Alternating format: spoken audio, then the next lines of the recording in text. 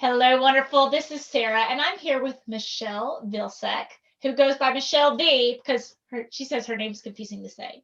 And I think it may be confusing to say too, but it's still beautiful. And we're going to have a beautiful conversation. If you're looking at me right now and saying, what happened to Sarah?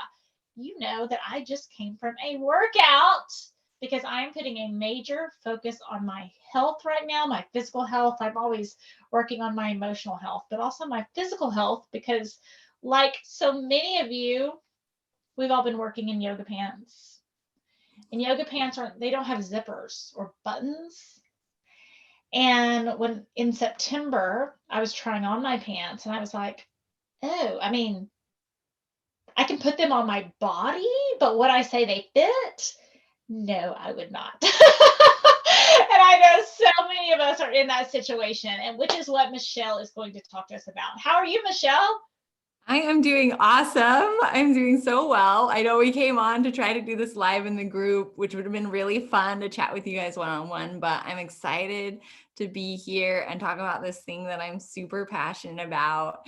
And whenever you mentioned yoga pants, I was just remembering I heard a research study recently that they did about like jail, people who were in jail, and the fact that the fact that they wear stretchy pants is one of the reasons why they gain weight in jail, because they never had any kind of measurement for it, which I thought was really interesting. But I wanted to say, before I forget, thank you so much for inviting me. And I'm just really enjoying looking at your group and seeing just feeling the vibe there, that it just feels like love and acceptance and just like such a safe place. So kudos to you, because that means a lot about who you are.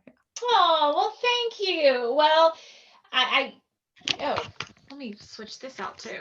Girls, today has been crazy. Okay, can you hear me better now? Great. Okay. So, all these tech issues. This is the real life behind the real life, guys. Everybody's like, oh, that's so cool. You have a podcast. Yeah, it's so cool. You have a group. Yeah, it's crazy tech stuff all the time. So when a lot of times when people are in toxic relationships or toxic situations, food can become one of the only comforts, right? Food's always there, it's always accessible, it's nice to them on the front end, even if it's not so nice to them on the back end. So, how do you help people reframe that relationship so our relationship with food doesn't become toxic? Yeah, that's a great question. I think you make a really good point that one of the reasons that it's so hard to get away from food or to reframe your relationship is because it's like it's your comfort, it's your blanket, and like how can I give that up? It's almost as if a big part of you actually doesn't want to give that up, because that's my only pleasure, that's where I'm finally getting relief. And so it's a little bit tricky to, I think the first step is just realizing that the reason that it's hard to give it up is because you want to keep it, and that's totally fine, and it's totally okay, and it has been a comfort, it has been useful for you for a long time, and it was useful for me for a long time. So it's a process. I have a 5-step process. We won't go through all the 5 steps right here, but one of the main things that I do teach people is to see the pieces, find the pieces that are keeping you attached to food. Number one, find those pieces. What are they? It's my comfort. It's my only joy. It brings me joy. It helps me relax. It's all of those ties to food. Once you can figure out what they are, then we can reprogram them in a way that redefines your relationship with food. So is it with when people get out of toxic relationships, and they say, "Oh, I just miss this person, I miss this friend, I miss this whoever." And I say, "Think about the role the toxic person played in your life and then figure out a different way to fulfill that role," which seems really similar to what you just said about food. And if it's a comfort or a relaxation, it's definitely relaxation on my end. Like you kind of get through the day and it's like, okay, I'm done. Like I don't have to like think about anything else or stress out about anything else. I can just like be and enjoy and be present and this. And it's like, great pasta, great. I mean, all these things. So is part of your message finding ways to fulfill those roles without food being the main event? Yeah, yeah, absolutely. I think for me, I guess to give you a little backstory, for me, I struggled with this for over 15 years. And I think a lot of people do. It's something that starts in childhood, maybe a little bit. Everybody kind of has this one experience where their mom found them in the closet or something, eating something they weren't supposed to eat. Or maybe you had an experience where you just kind of felt that bond and it was your comfort. Or maybe it happened later, but in any case, it's a long-term struggle for a lot of us. And it's so food is around all the time. Like I said, it's available, it's around. And even after I became a health coach, and I healed my body from a lot of different things. I had some crazy issues going on. So I totally brought my body back from being in a crazy health situation. But even after that, and even after I became a health coach, I still went to food over and over again. Like every night, like it would be not just, do I need it? Like I want to relax at the end of the day. Sure, that's fine. But when it becomes an obsession where I've got to have it, and if I tell myself I don't want it, my brain keeps bothering me over and over and over and over again until I eat that thing. Like that's the point that I feel like it's a problem, when it becomes that toxic relationship and you feel like you can't get out of it. You feel like you're out of control. And I don't know if anyone listening has ever experienced that, but you just want your control back. And it's okay if it's my friend and I hang out with it sometimes, but it's not okay if it's taking over my life and I feel like I have to have it to survive. And that's at the point that I was at. And even after becoming a health coach, then I felt like, okay, I should have this figured out, right? I'm teaching people how to have healthy relationships with food, how to lose weight, and I can't even get this right. And it was really, I was finding it was holding me back.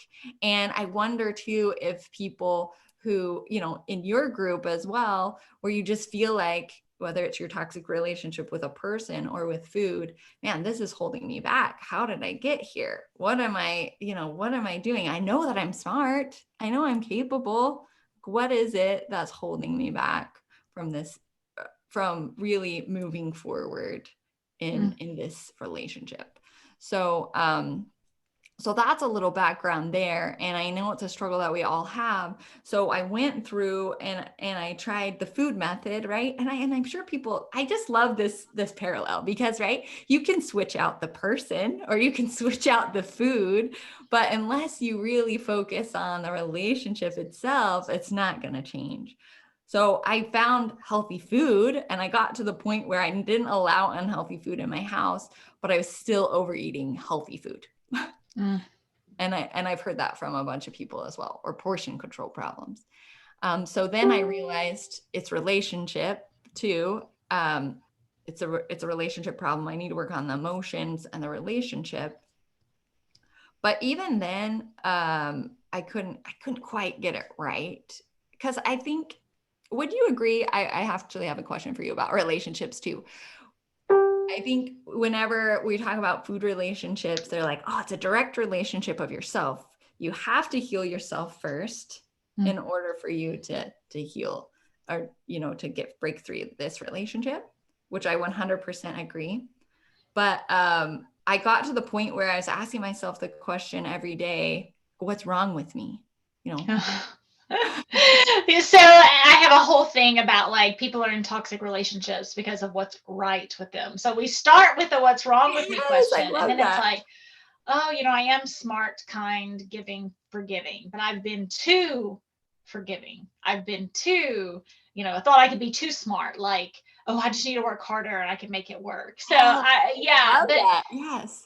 it is, gosh, the food conversation is just so tricky because then it's, even I was advertising the event we're doing together Friday, and someone kind of said, oh, I hate that it's like about weight loss, because aren't I enough just the way I am? And it's like, cool, yes. Do you feel like you have choices, or do you feel like you're out of control? Because if you feel like I'm choosing this, I feel good about my choices, my health, and I look this way, awesome. Super thumbs up from me. That's not what we're talking about, but it's the out of control. It's the, oh my gosh, is someone going to find how much ice cream I Mhm. ate when everyone else went to Yeah. bed? And are they going to know how out of control I felt when I kept digging and kept digging, and the spoon kept going, and then it was like it was gone, and I didn't stop myself? That's not personal power. That has nothing to do with what size pants you wear, what size dress you wear, whatever. It's all about that sense of healthy control in your life, not unhealthy control, trying to control other people, but feeling that sense of control in your life. Is that Yeah, kind of the way a you see it? 100%. That's exactly, I love that idea. Mhm. And I think it's about self-respect too. And because for me, because of all the health issues that I had, I was never overweight. I think I had 15 pounds more than I probably should have, but nobody would have looked at me and said, "Oh, you're heavy," or "Oh, you're overweight." And I still struggled with it and I hated it because of the way it made me feel, because I felt out of control and I felt like I couldn't say no. And I felt like I didn't have willpower, or that I couldn't choose and I couldn't be as healthy as I wanted to be because I couldn't say, this is what I want and follow through Mhm. on it.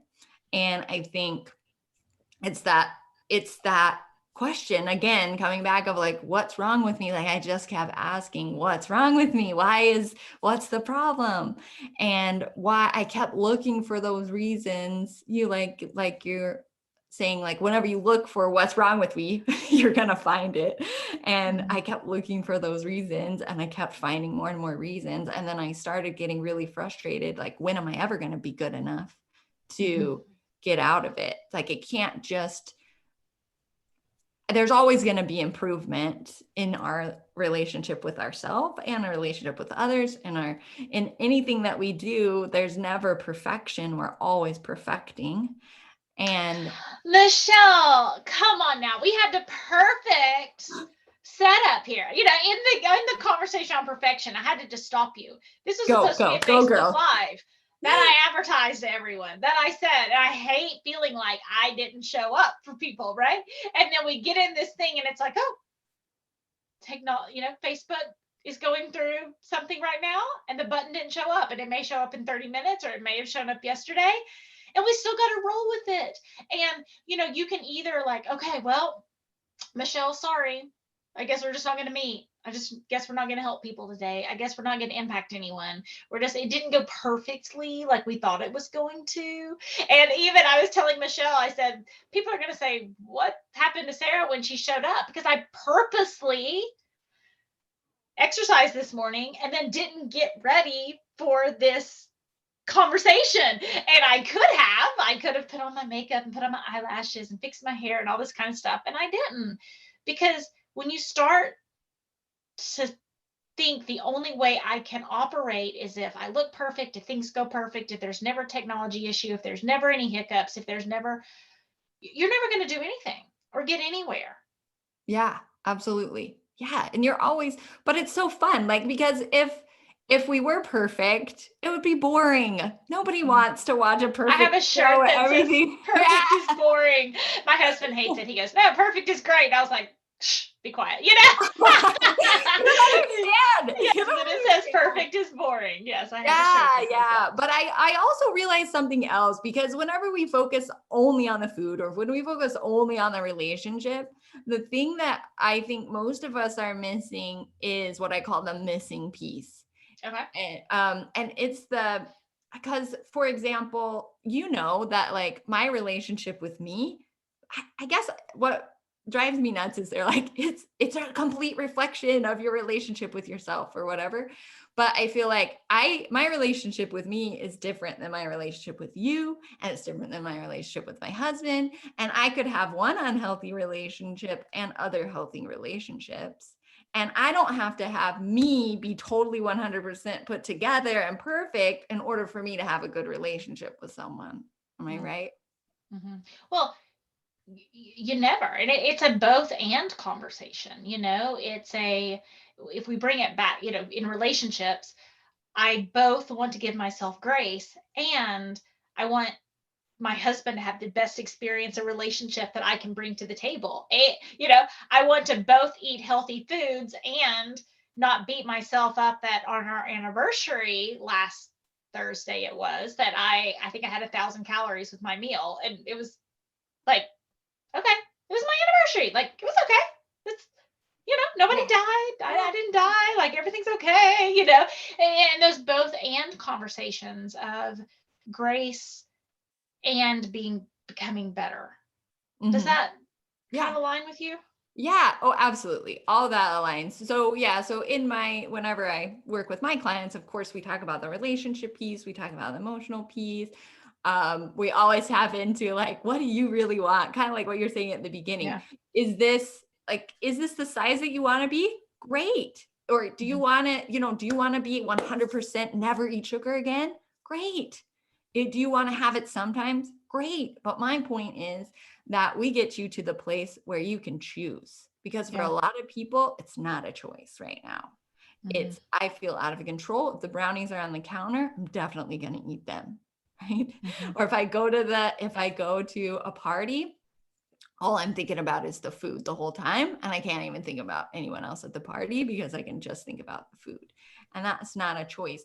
And so I like to take people to the place where you're totally free from food, and then you can choose what you want to do with it. And that missing piece of the process is those mental ties we talked about at the beginning. It's your beliefs about your relationship with food, because unlike a real person, food can't do anything to you. Mm-hmm. You get to choose. Ultimately, you decide if you're going to pick up that cookie or not. Mm-hmm. Ultimately, you get to decide that. It's not going to jump into your mouth. Yes. Right. So I think honestly that's a tricky concept for people to grasp, though, because you've been struggling with it for so long, and you feel really powerless. So it feels like you can't stop. And especially for people who are really, really binge eaters, it feels like you can't stop. And that's what a lot of the 12-step programs tell them too. If you're once you've reached a certain point, or if you're a certain kind of person, then you just can't stop. And so sometimes people don't like what I have to say, but I'm like, I don't believe that's true. And with my experience, I don't see that that's true. That lie, that one lie, that belief, that's one of the biggest beliefs that keeps people stuck in that relationship is I can't control myself. Mm-hmm. Mm-hmm. Yeah. And the freedom is in the choice, right? Not thinking, okay, I guess we all wish we had the freedom of the metabolism of a 16-year-old boy, and just My husband has that metabolism. Yes, there's Yeah. certain freedom in that to some extent. But most 16-year-old boys, their diet is like giving them cancer. And, it's just really Yeah. not heart healthy. And, it just, I had someone talk recently. They said, eat vegetables. You're a grown up.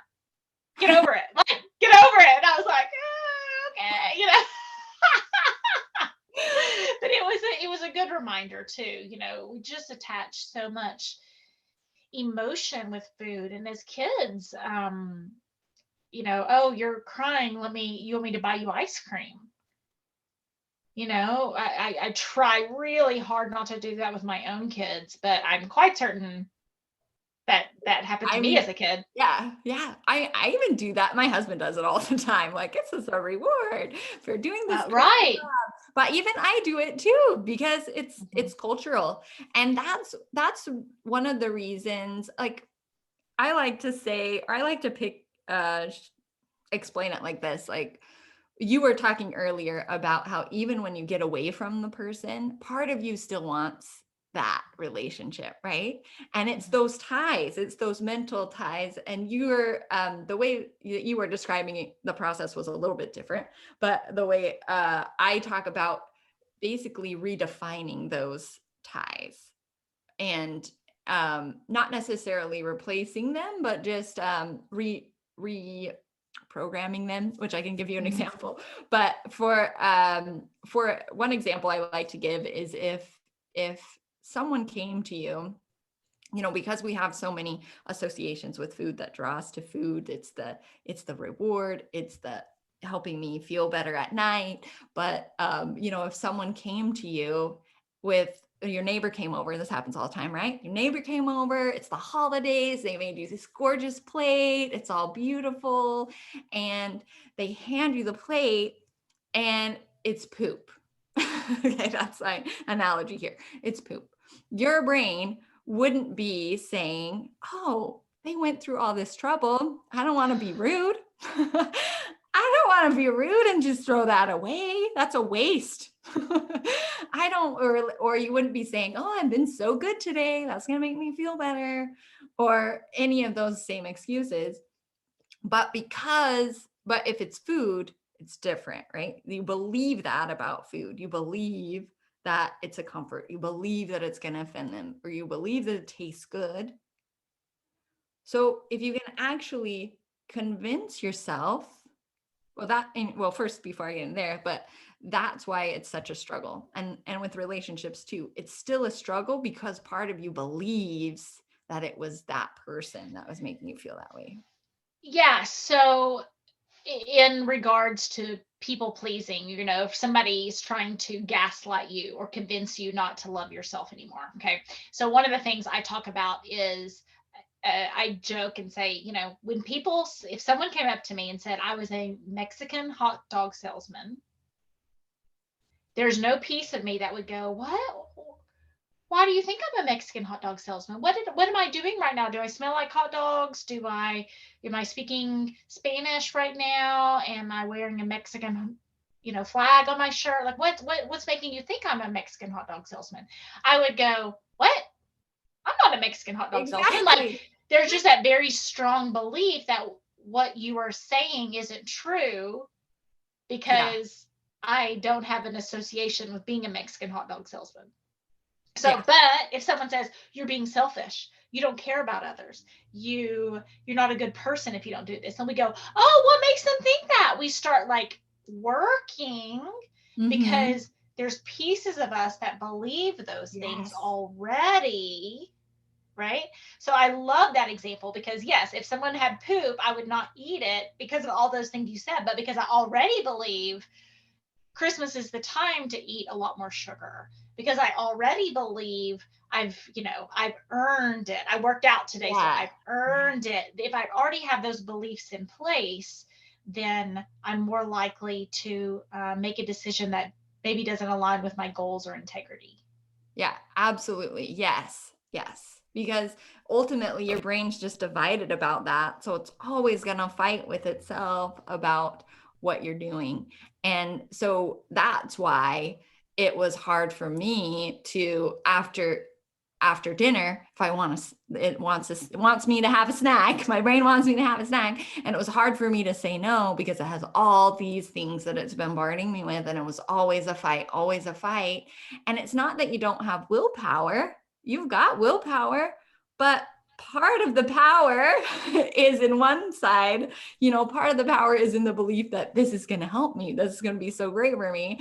And part of the power is, hey, I want to be healthy. I don't want to do that. So I teach people it's not willpower. You have willpower, you have strength, but it's just the fact that your brain's divided and it's fighting against itself all the time. So that power is also divided, like you're saying. So you give in, you start to believe one thing or the other, and then it becomes a fight. So ultimately your freedom comes from understanding those things in a different way and reprogramming those beliefs that are pulling you towards the food, reprogramming them and believing them in a different way so that you're not fighting with yourself anymore.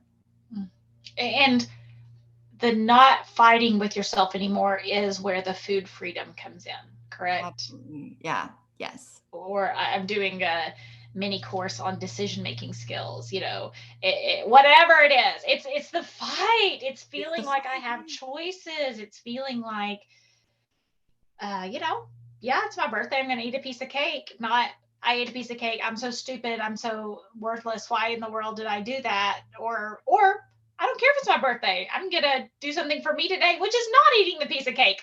Uh-huh. Whatever it is. Yes, yes.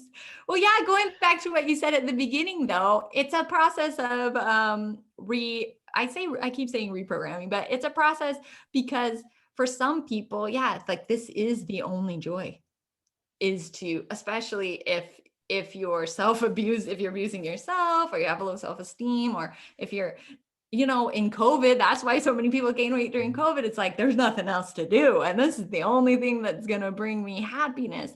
So it is also about it's also about finding other things that are going to make you happy.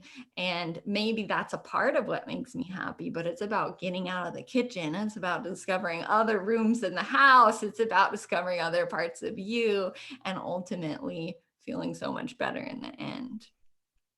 Yeah. So let's say dinner's finished and you think, oh, I just need something sweet to finish it up, or I need, whatever. And you want to find other rooms in the house, find other things to bring you joy. And I know this is a very tiny snippet in one scenario of what you do. So I want to say that. And I know, because I hate people say, okay, so, what red flag should I look out for? It's like, oh my gosh, that's like, this one little tiny triangle of what my work is or what the real answer is to this question. So I want to preface it to say, I hope I'm not being disrespectful asking you about this one situation when it's a more holistic approach, as I'm quite certain. However, let's take that one example. So is how, thinking about other things that bring you happiness. Is it like, maybe I take up knitting and I knit at that point? Is it, let me play a board game with my kids? Let me, call a friend? What are some examples of starting to break that habit? Yeah, I think it doesn't matter at all what you do. Mm-hmm. I think it matters more how you do it. So Okay. the thing, it's going to be different for everybody, what you enjoy doing, and what feels good to you. But ultimately, I've seen people use distraction to not eat, and that's a different thing. So what I encourage people to do is to go backwards. So instead of a lot of times, and I'm sure you've probably encountered this in coaching, where they're like, what do I need to do? Right? We go to the action first and say, what do I need to do in order to solve this problem? So, oh, I need to go drink a couple glasses of water, drink some tea, or do knitting or whatever. But if deeper than that is your feeling behind what you do, and your thought behind that's creating that emotion. So I think some people are like, oh, I just have to stay busy. That's how I don't eat. But to me, that's not freedom. That's I'm running away from my problem by staying busy, right? And So I could you're tell going to you, hit burnout at some point. Yeah. And that strategies. yeah. So I could tell you to go do something else, but really what we want to know more than that is resolve why you want to go do something else, right? So instead of having it be, oh, I need to run away, I need to go do something else, let me find this, let me find that. It's about, hey, I know, it's about looking at the original reason, like, why do I want, for example, oh, I want the treat, but why do I want the treat after dinner? Like, a lot of times it's to relax. Sometimes it's a reward, it depends on what it is. So why do you want that?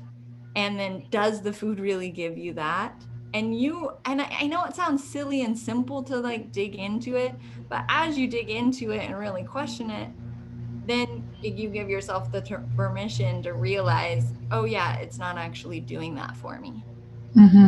And food kind of becomes disappointing in a good way. That like, oh, I wish it could take all of my stress away. That would be so amazing if it really could just take all of my problems away. But I after I did this work with myself, I remember going back to the pantry several times because I'm frustrated and I want to eat some food. And I go to the pantry and then I'm like, man, I wish I could just eat this and it would make it all go away. But I know that it won't. I know I'm still going to be sitting here with the same stuff that I've got right now. Plus, I'm going to be beating myself up for everything that I'm about to eat. No, I love that. I probably had my super serious face on as I was listening to you, but that's it, and it doesn't make it better.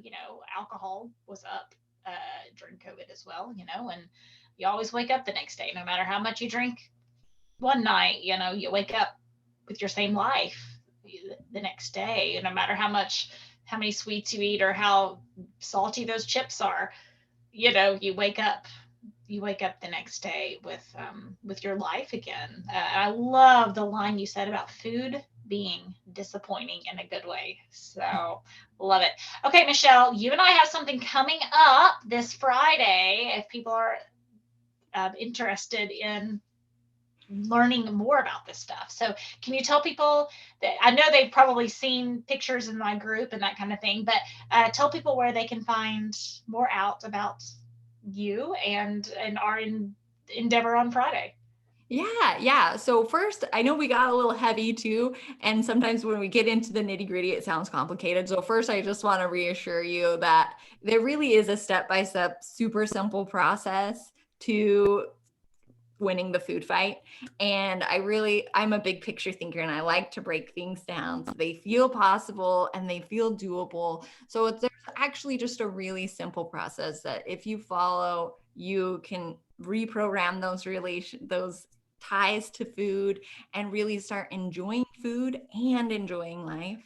And so in that Win the Food Fight Live, it's a 4-hour event that we're hosting together. And I'm going to teach you that process. And it's going to be interactive where we're really going to dive in and do some of that process together.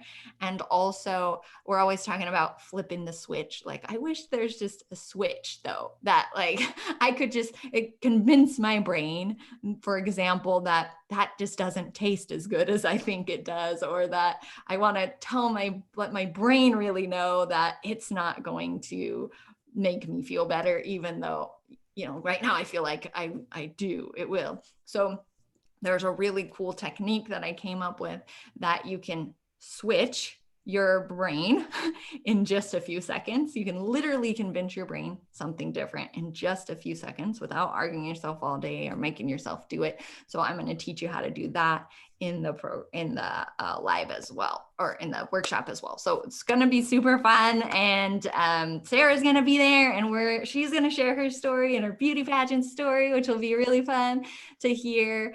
And we're just going to have a really good time. So if you want to just comment below, and I can shoot you the details. I know Sarah's going to send out some emails as well, but we'll shoot you the details and give you a special deal if you comment below and tell us that you want to come. So just comment WIN below, WIN, and then I'll reach out to you and get you all set up for coming to the event. Yeah, and I'll tell people if they are newer to my world and they're like, a beauty pageant, what? So for those of you who don't know, I did my first swimsuit competition at 37 after babies, all this kind of stuff. And I'm always asking my ladies to do things that feel scary or to do things out. I hate the word comfort zone, but for ease of understanding, things outside of their comfort zone. And I always want to lead by example. And so some of the things that feel scary for me at this stage of life probably are not, they're not the things that felt scary 5 years ago, 6 years ago, 9 years ago, 10 years ago. And so I had to find something really scary. So I did my first beauty pageant at that age, a swimsuit competition at the end of COVID. And, competing, I hate to use that word, but competing against, 23-year-olds who had never had kids, who had been married for like 6 weeks and they misses competition, and so when I had to find something scary, that checked everyone's boxes. They're like, you're doing what? Like, really? Why would you do that? And I was like, I don't really know how to walk in heels that high, and I don't know how to do this. And it actually was scary. It wasn't like one of these things where it's like, oh yeah, I pretended it was scary, but it really wasn't. No, my husband called and said, are you having a good time? I was like, no, I'm not having a good time. And he was like, well, isn't this kind of the reason you did it, is because you wanted to do something that wasn't a good time for you? And I was like, I don't need that reminder right now. Thank you very much. But I'm just trying not to cry, So that was my experience with that. But obviously there was, I had to win my own food fight in preparation for that event and journey, which is how Michele and I connected on this subject. So yes, great things coming Friday. Comment below. And will there be a replay available? We have a VIP package. So if you upgrade to the VIP package, you can get the replay. Otherwise, I just really love people to be there because interacting is like 100 times more valuable. It's literally it's not some webinar that you go and it's boring and they're just trying to sell you something the whole time. It's a really interactive event that you're going to be transformed by the end of the event. So 100% come, get your questions answered. I'll be answering so many questions along the way. So definitely show up live. But if you want to opt for the replay, you can do that as well. Awesome. We will put the details in the comments. So Michele, thank you for helping us on our journey to becoming toxic person proof. Thank you.